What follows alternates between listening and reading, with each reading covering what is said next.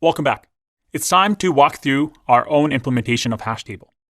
Now, before we get started, I do want to mention something that you may be wondering about. That is this underscore over here. What does that mean?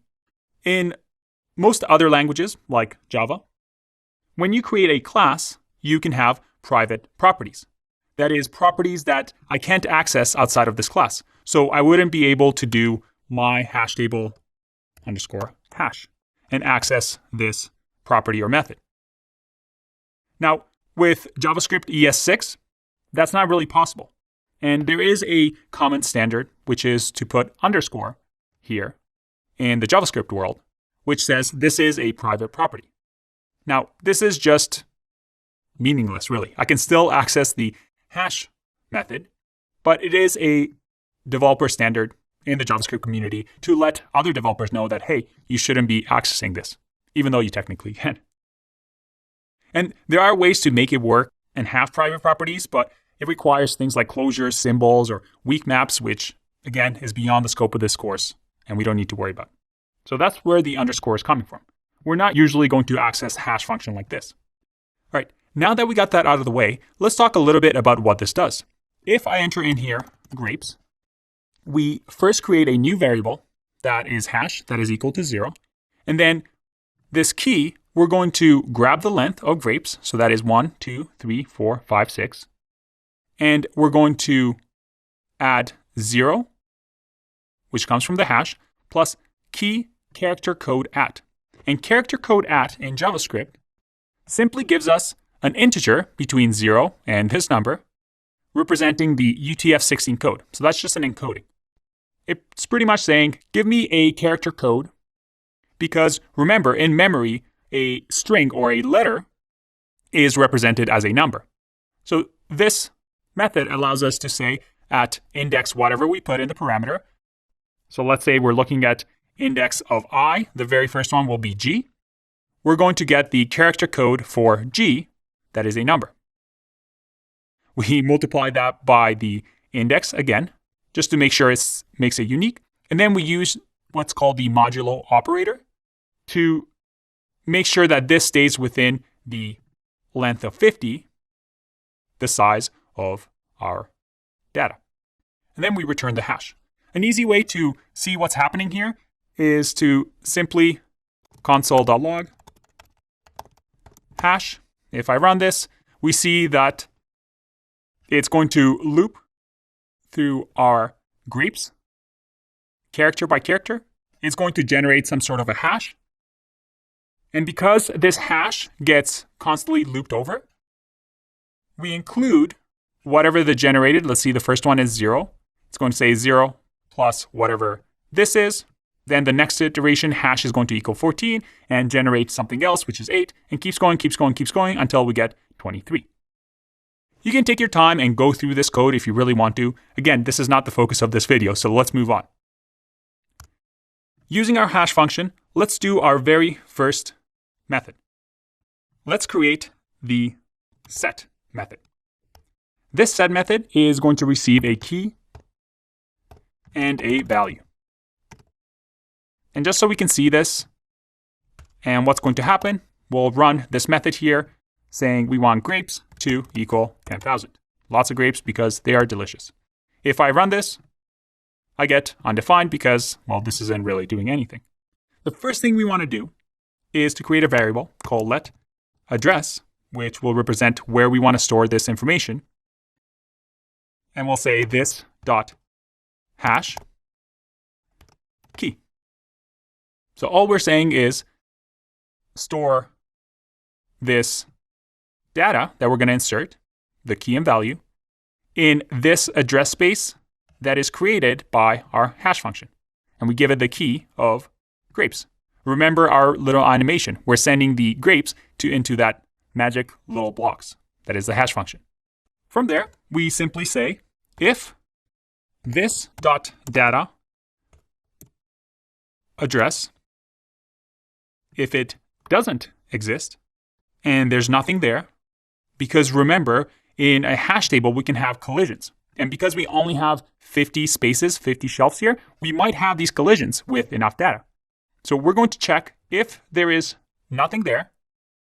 In that case, well, just simply add that data. We're going to say this dot data address is going to be an array. And in this new space, new address space, we're simply going to add by doing push key value. So let's run this and see what happens. Oh, and I have a misspelled address here. Let's run that again. I get undefined. But let's see what happens if I just console.log this dot data here. Whoa, check that out. We have 23 empty items. On the 24th item, we have grapes, 10,000, an array here, and then 26 empty items after that. Remember, we have 50 shelves in our memory, and we have 23, 24, plus 26, that's 50. Except our grapes was inserted somewhere in 50, it looks like the 24 spot. Very cool. But what happens if this already exists? If I change the hash table to just have, let's say, 2 memory spaces, and I click run here, I get 1 empty and grapes, and if I change this around, do you see that? If I click again, and let's say go back to just grapes, check out what happens to my hash table. I click run, and it just deleted my previous entry. We have a collision, but we're not doing anything about it, and we've just deleted our data. That could have been really important user data. We definitely don't want that. So in order to solve that, we simply say if, because we're checking here if there is nothing in that address space, do this. Otherwise, simply add on to that array. So we can actually just run the same command here. A nicer and cleaner way of doing this is to actually just take out the else, because regardless, we're always going to be pushing key and value. We're always going to be adding the key and value that we add to the data. So all we do is just remove this so that when I run this, and just so we know what's happening, let's return this dot data here. I'm going to hit run. And if we add here, let's say another item, this time we'll say apples and just 54 apples. If I run this, did you see what happened here? If you look closely, we have 1 empty item and then an array that contains inside of it the first index that is an array and a second index that is another array, because we've just pushed onto our existing array because our memory space is only 2. Very cool. That wasn't too bad. Let's keep going. The next one is, well, I want to be able to grab grapes and apples. We can use the get method here, which will receive a key. And this get method is going to work very nicely by just saying get, and then what we want to grab, which will be grapes. We're going to do the exact same thing in that we run it through that black box where we're going to use the hash function to get the address of where we want to go. And now we have the address to where we want to grab our information from. However, remember that we store this information in a bucket. So we have grapes and 10,000. How do we grab that? We know where to get it from now. We have the address, but we now need to loop over and grab grapes and then 10,000, or apples and then 54. Let me show you what I mean. We'll first create a variable saying current bucket. That will just be this .data or address, just so we don't repeat ourselves and we have a reference to this address or to the address and the data value. So this means if we console.log current bucket and I run this, you see that I have the current bucket, even though this has 2 items. Remember that it is technically just within its own bucket, within one array. If we increase this memory space to, let's say, 50, we see that this bucket contains grapes. So we're grabbing this information, but all we want to do is have 10,000 being returned. That's how hash tables work, or the get in the hash function works. Well, all we need to do is to say if current bucket, and we'll say dot length. That is, if this current bucket has something in it, in that case, we are going to do something. Otherwise, we're going to just return undefined because there's nothing in the bucket. We're checking if this actually exists. So if there's nothing in the array, if the length is 0 and the array is empty, well then, we're not interested in it. As a matter of fact, we actually don't even need the length here because remember, initially, it's just going to be an empty array with undefined, and we add an array to each slot whenever we set something, and it's an empty address. So we can just leave it like that because if it's undefined, it'll skip over and return undefined. Now in here, we will do a for loop because remember, we might have multiple items in this bucket, like we saw when we had 2 memory spaces. In which case, let me actually demonstrate that.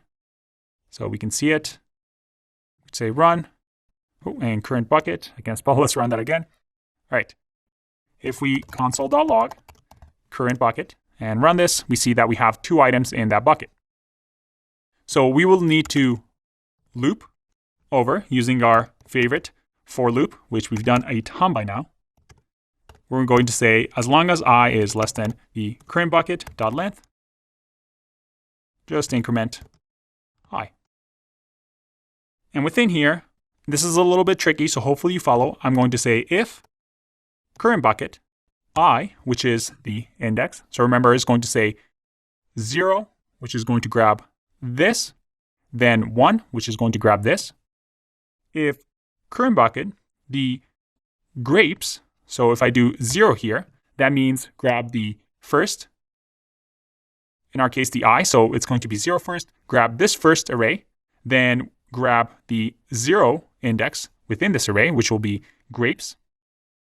And then once it loops the next time around and I is 1, it's going to be apples.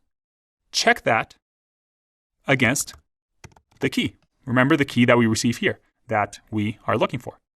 So if grapes, which is the key, matches with this item, in that case, just return the current bucket, the I, and 1, because we want to return 10,000. Hopefully you follow here, because if I run this, I get 10,000. The get grapes is 10,000. If I do apples here, it is 54. How cool is that? And looking at this, I hope you understand on a deeper level the time complexity implications of hash tables. Even though we're doing a loop here within the hash function, remember that hash functions are really, really fast. We're just looping over the key, so we don't consider this to be O of n. This is very, very fast. It's O of 1. When we set something, there's no loops here. We're just adding it to our data. We're just pushing it. So that is O of 1. And if we go to get, most of the time, if there's no collisions, it's going to be O of 1. And in real life, most of the time, you can consider that it is O of 1. But in our really bad example with just 2 memory spaces and not a very good hash function, well, this can become O of n. But for now, because we're good programmers, that won't happen, right? Everything will be good. We have O of 1 get. We have the for loop here that might create that list we saw in our example. See this list that we have here? This is what we created. And it would be O of n if this list just kept growing and kept growing and kept growing. But there is one other method that I want us to build and to showcase to you one other downside of hash tables. What if we wanted to go through all the keys of the hash table? How would we do that? We're going to try and implement that in the next video. Bye-bye.